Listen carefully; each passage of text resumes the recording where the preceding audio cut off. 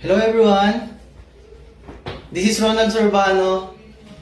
Sorry po medyo na-delay po tayo ng live. May ginawa lang po akong emergency.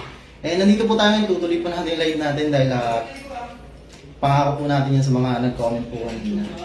Kamusta po kayo lahat? And this will be our second time po na magkita-kita. Virtual po muna, saka na po tayo mag-meet pag dumami-dami na po tayo.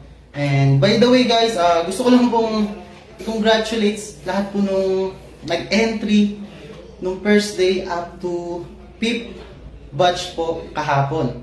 And also po sa mga naka-receive ng daily payouts natin since nag-start po tayo, congratulations po sa inyong lahat. And bukas po naman, we will be opening our batch 6